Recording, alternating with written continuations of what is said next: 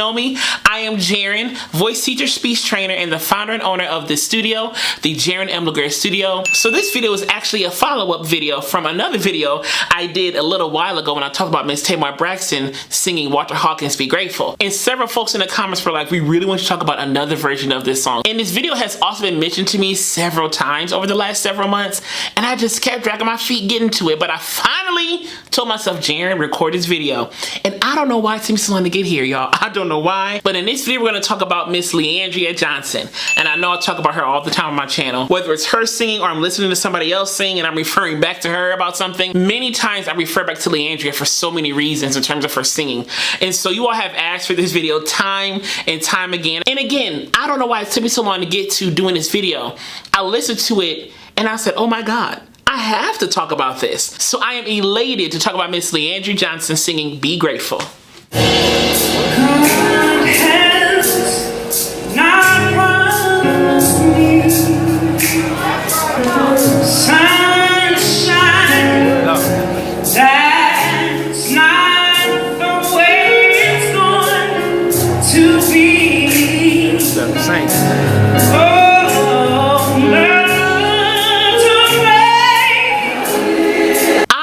Enjoy her finesse.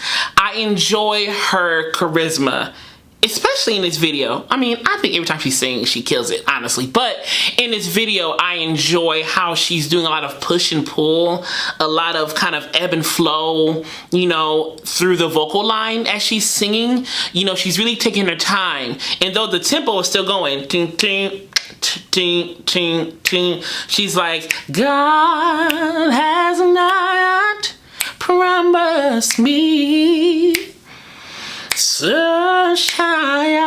You know, she's really taking her time, and she's also like being lax on some articulatory things and being super sharp on other ones, and we'll hear it throughout the video. But I love how she finesses and shapes her voice in song. It is so awesome. And also she uses some jaw action. We're going to talk about the jaw a little bit as she sings throughout the video and kind of what she's doing resonance wise, articulatory wise, functionally as she sings. But she's, I love this. Mixed with God's sunshine, a little pain makes me appreciate the good times.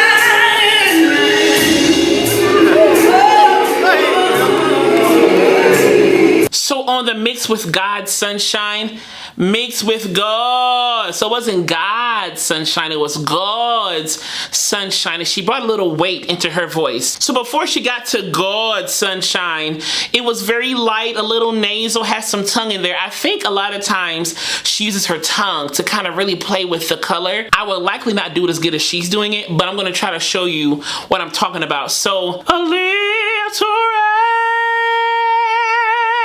so I'm bringing the blade or the dorsum of my tongue a little bit farther back, almost like Kermit the Frog, but not anywhere near that. But if you bring it back, almost like Samo, if you bring it back, adjust a little bit, you can kind of have a different color to your voice. And how she uses that to her advantage, she's really using her articulatory muscles to really help shape how she sings songs, you know, when she's singing these vocal lines. It is so good.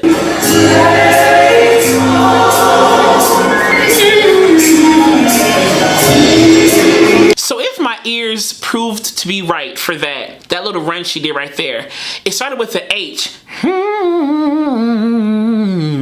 whatever it was, and she hummed through that. So the H kind of activated and gave a little percussiveness to the start of the run, and then she used the M consonant, which is a nasal consonant. You can sing through a nasal consonant. You can sing to that. And she really used that humming run right there to really just set some finesse and just set some texture, you know, to the song.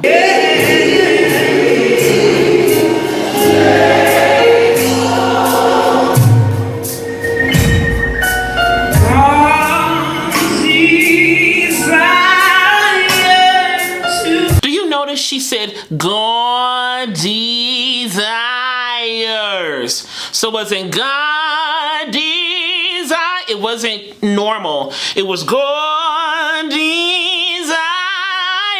brightness to feel. So along with that line she did right there, she also brought in some twang, some forward placement, and had a higher tongue, probably high and back, to give her that color that I was talking about, and to also give some ping and some brightness to her sound. She does a lot of cool things. Watch her mouth. She does a lot of cool things with her mouth as she sings songs, especially in this one.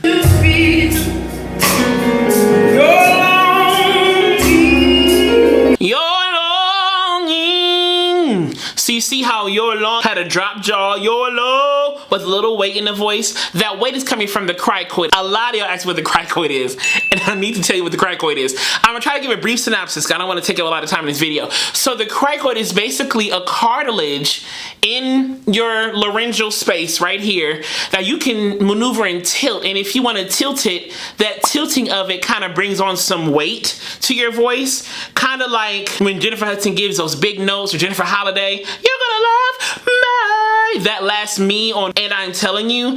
The cricoid is tilted in that most times when she sings it, I believe. So that cricoid tilt gives some weight to your voice. And so she's using that cricoid tilt that I always talk about. So without the cricoid, it would sound like this. God. But with the cricoid tilted, God.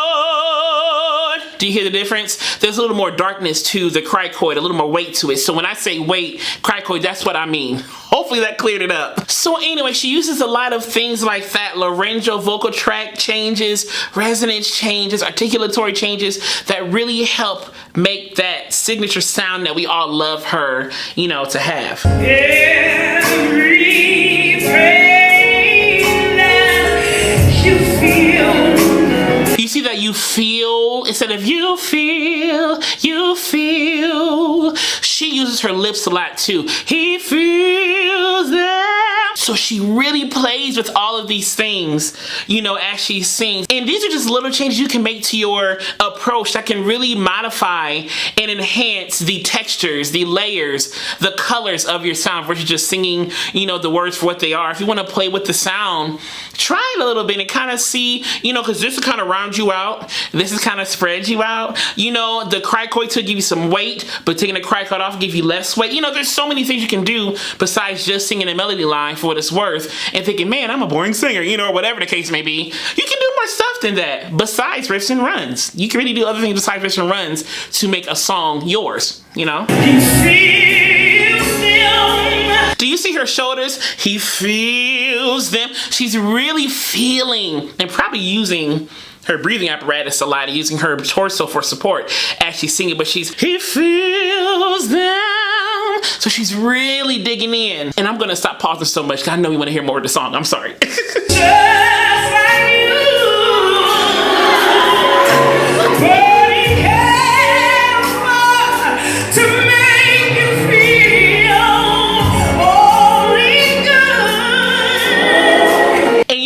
This second verse, she's digging in a little bit more, using more support here, like I said before. She wasn't doing this much in the first verse as far as support and really digging in her body, kind of just singing a little bit, you know, kind of just setting the mood. But this one, she's really kind of digging in and driving. She's really giving, you know, a journey vocally to give us a journey audibly, you know, to what she's doing. Then you can appreciate the good times.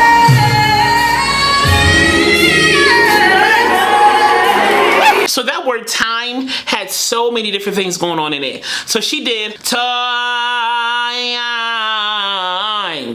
That's kind of how she navigated through that, right? But she also changed her resonance. So it kind of went more forward nasal as you went up top, and then came back down to more of a speech-like position as she went down a little bit more. So she did a lot of unique, cool things in there.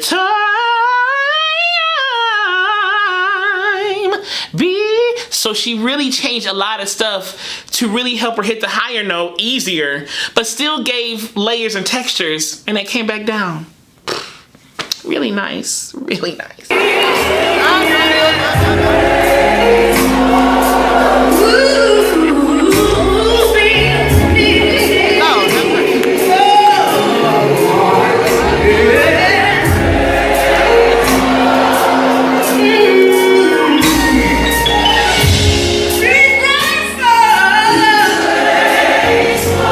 Because there's someone else who's worse than you. Because there's someone else who's worse than you. She had a little pucker right there, a little pucker. Because there's someone else who's worse than you. And she opened up at the end.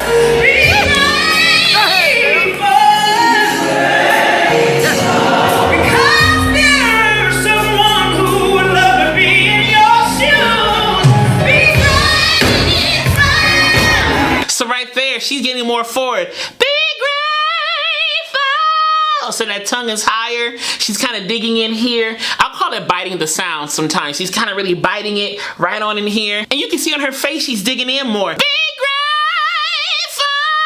grateful. She's really digging in these notes right here. Because now we're at the big vamp, so now she got to drive this thing on home. You know, this is the big part of the song, you know. I just got over there.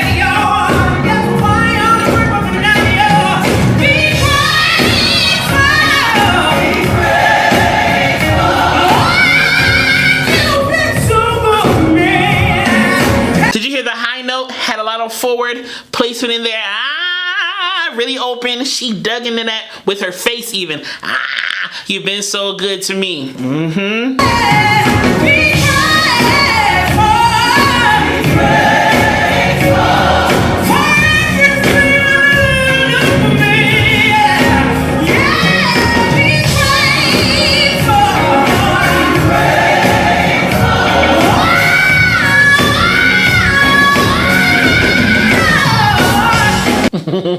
So that had a little constriction, some squall. So she kind of really brought some constriction in there to really color the voice even more on top of the high note, on top of how she's placing it. She's bringing some squall in there. And she's really digging in. But you notice her torso is like up, supported in there, okay? She's really supporting the way she needs to pull off stuff like this, you know?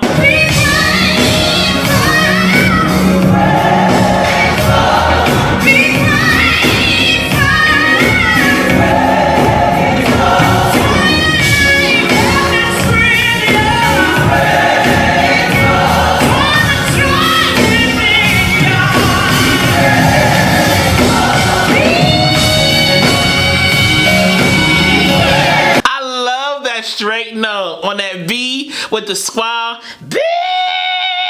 I can't even do it right, but you know, it's that straight note is right there. It's piercing through the room.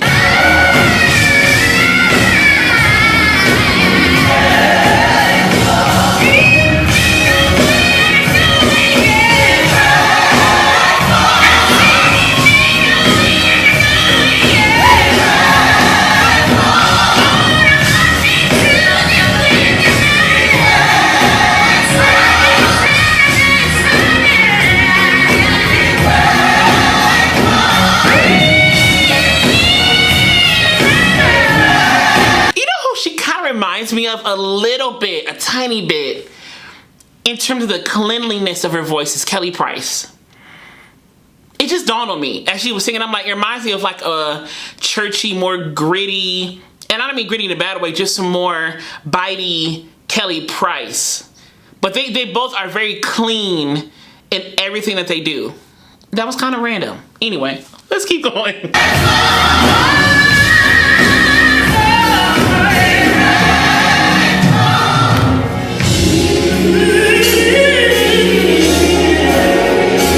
Did you notice that run right there? She did. So she really kind of moved her mouth around. So you can do runs like that. You don't always have to do the same word or same, you know, vowel shape. You can move stuff around if that's what you like to do, you know. Like I said, obviously she does this stuff so well.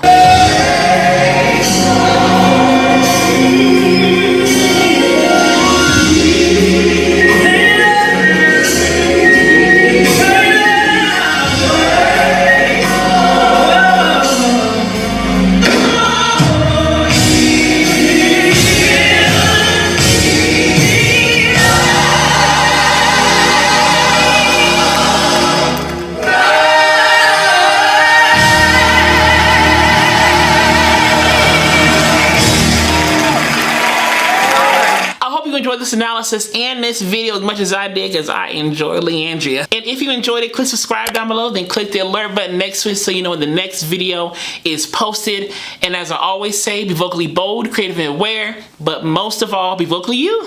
Alright y'all, see y'all soon!